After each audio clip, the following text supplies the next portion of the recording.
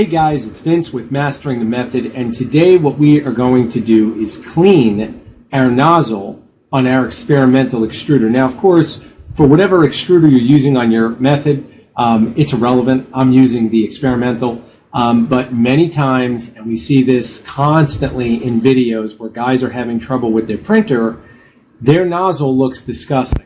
And when I say disgusting, you can see some nylon carbon fiber, just a slight little strand must have gotten on the end of the hot end, and you could see it melted in.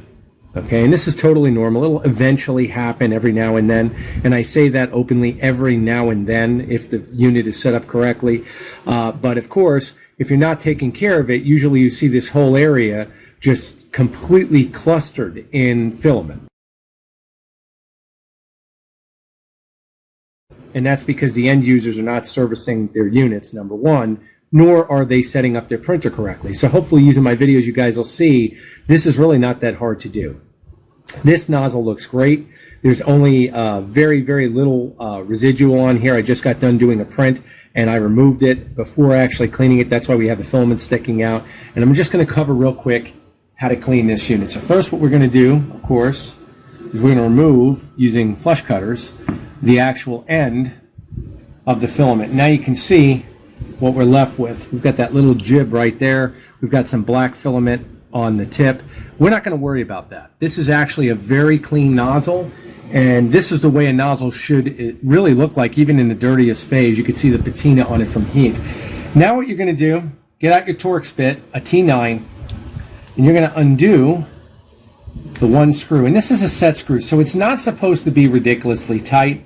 The nozzle for these units are made out of stainless steel, but we of course do not want to put excess pressure on them, and there's really no excess force required. This is just a set screw. And you'll notice these set screws, when the printers are not set correctly, these are another item that are always just completely coated with filament. So we'll just take that over there. Now you're going to get a tool that comes with the experimental extruder, and it just lines up. You can see exactly how this goes in, just like this. You're going to lift, and it should pop out relatively easy. Woo. And there we go. So we've got the unit right here, and here is our nozzle. Now, you also have the PTFE tube that goes inside the nozzle, and these always have those little butterfly wings, I like to call them, that sit without, and they're already cut from the factory, and it's well inserted within the nozzle itself. Now, the thing to keep in mind is you do not want to remove this. And I'm going to say that one more time. You do not want to remove this because it's set at a proper depth. And then a lot of guys go, well, then how do I reinsert this back into the extruder if I don't remove these? I'm going to show you. But first, I'm going to show you how to clean this really easy. And again, you can see here what we've got. It's not too bad. I've got my drill right here. And I'm going to show you a real easy way to do this. You see your little butterfly wings here. I'm just going to go like this, and you want to open up your chuck, and you want to do this in a method that's very easy. And you can see I've grouped them together so that they're not all independently open. Once they're inside the chuck, just come into the chuck and set your torque on the chuck very light,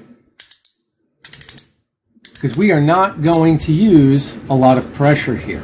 We want the chuck to slip. We don't want to mar this or destroy our nozzle.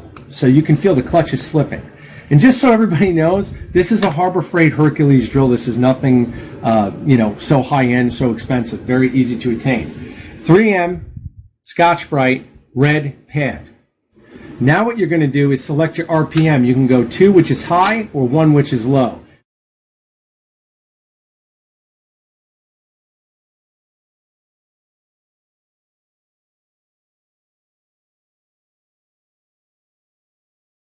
On an extruder that has, and you can already see the patinas coming off, will work for most extruders in terms of the nozzle being taken care of. If you want to do it really fast, you're more than welcome to do that, but just use less pressure.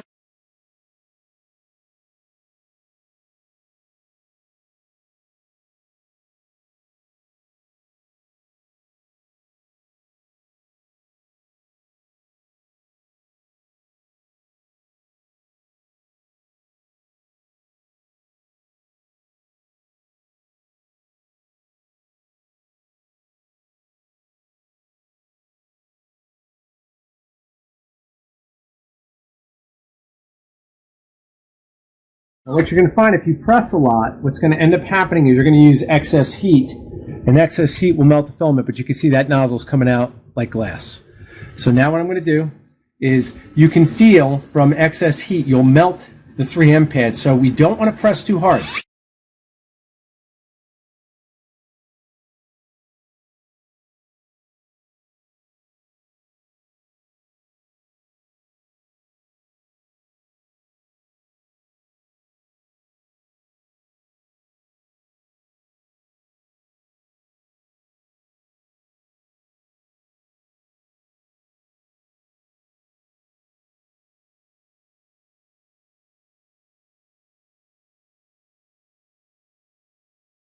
Now I'm going to say, if you guys get a lot of filament on the back of the nozzle over here, we want to make sure that you're cleaning that area too with the Scotch-Brite. So any excess filament back here will affect how deep you can insert the extruder nozzle. So keep that in mind. And keep it going. What I'm doing right now, just so everyone knows, to clean the back end, I wrap the 3M around the nozzle and I slowly put pressure towards the nozzle. Little pressure, very little. Just enough to grab. Once again, we're not trying to melt the Scotch-Brite, we're just trying to get the result we're looking for, which is a nice clean nozzle. You see how I easily back off the throttle on the drill because I don't want it, now I've got the clutch set very light, I don't want to de-chuck, so to speak, the extruder.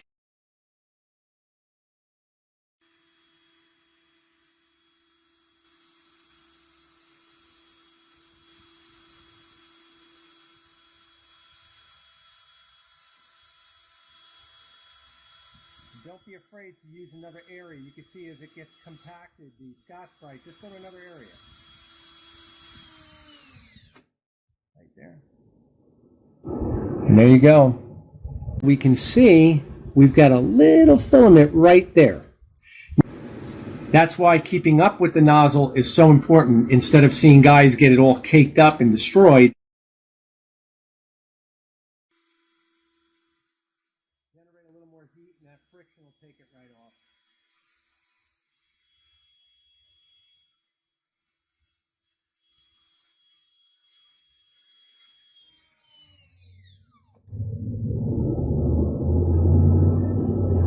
Coming off, yep, you can see it's definitely removed some more. And this is just heat doing it. Naturally, if the nozzle is hotter, it'll definitely come off that way. You can heat it up.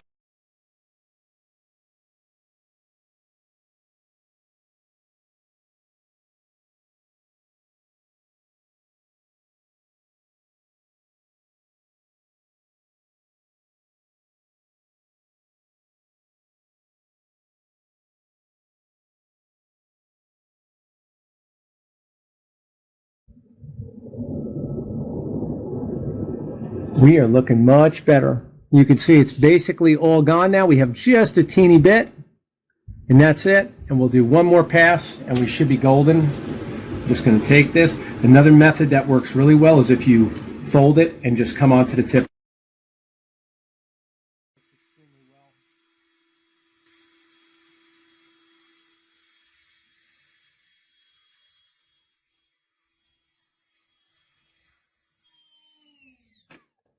Okay. There we go.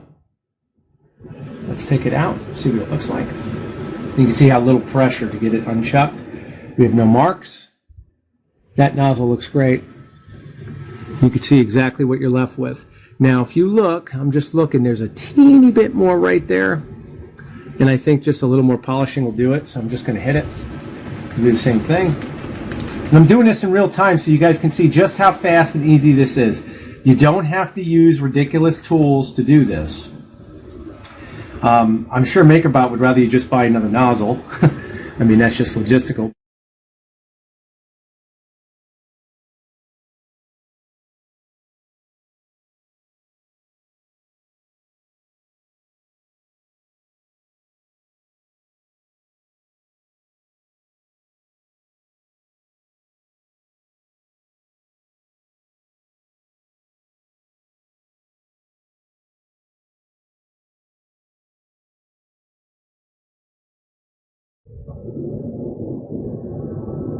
There you go. That looks amazing. Let me just pull it out.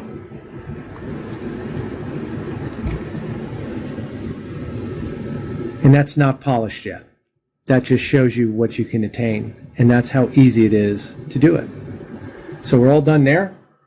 Now what we're going to do, the final step, the icing on the cake, so to speak, to keep up with this unit, is to put a nice coat of polish on there. It'll make the nozzle nice and protected. The only thing you'll have to deal with, of course, is the heated patina. I don't know if it makes the filament any better to remove. I'm not going to lie to you and tell you it does, because again, that filament becomes like iron on there, and especially as it cakes up, you see so many videos with the guys just caking it up and caking it up. But really, it just protects the nozzle, the metal, and again, you can see right here just how nice that came out. So let's do that now. Very simple now. I choose to use Flitz. Many of you already know what Flitz is. If you don't know what Flitz is, just go on Amazon, do a Google search. Flitz is excellent polish. It's not cheap. This tube will last you forever, literally, with this. But again, all we're going to do here is take a little Q-tip. Just do that. That's all you're going to need. You're going to come over here. You're going to just do this. You just wipe it on nice. You just keep going around. You'll start seeing black come off, and that's totally normal. You can always do your inside pocket.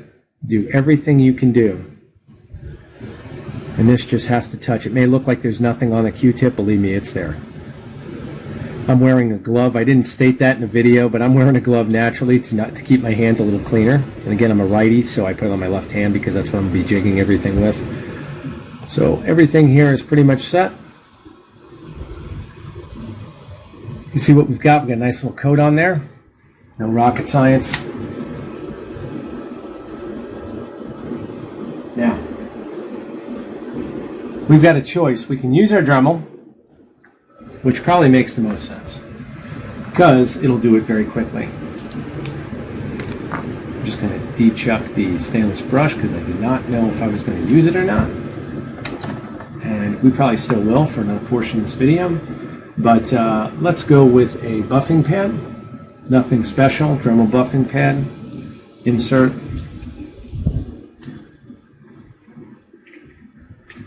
Come on. 5,000 RPM is what the stock speed is.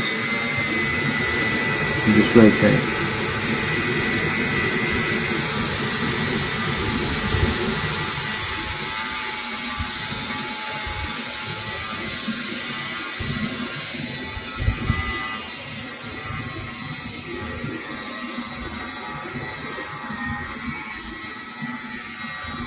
No pressure. You should feel very little resistance. You don't even hear the motor stressing. Everything here is perfect. I'll come inside. I'll hit this too.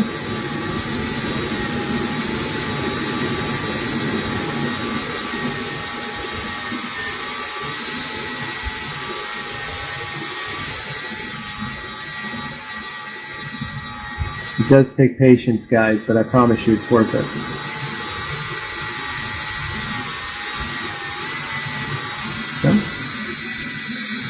See what that nozzle looks like now. Come in. Don't be afraid to hit the extruded nozzle, as far as coming up and polishing this as well, because this goes into the hot end. And the cleaner this is, of course, we're going to conduct heat a little better. Just take your time.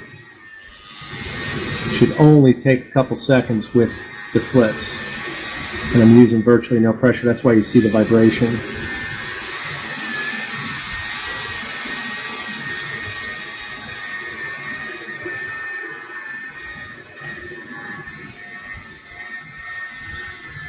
Come around. See where we're at. You can see. Now we do a final buff. Now you can do a buff with a microfiber. That works really well. Another really cool method, I'm going to show you this right now real quick, is to take this out of the Dremel.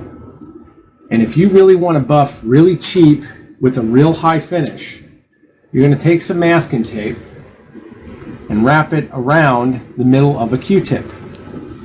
I'll just show you real quick, show you how to do this. Very simple to do. Wrap this around the center of the Q-tip, come in like this. Pair of scissors, cut. Come over here. And what we just did is shim the thickness of the Q-tip. Cut it. Now you've got a buffing swab. You can now insert this in the Dremel, tighten it, and use it as a cotton buff. Because now we've increased the diameter by just shimming it.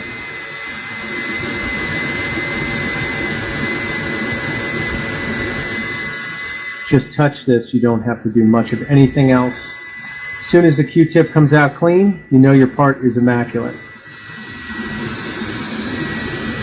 Do the same thing here, I'm just rotating it.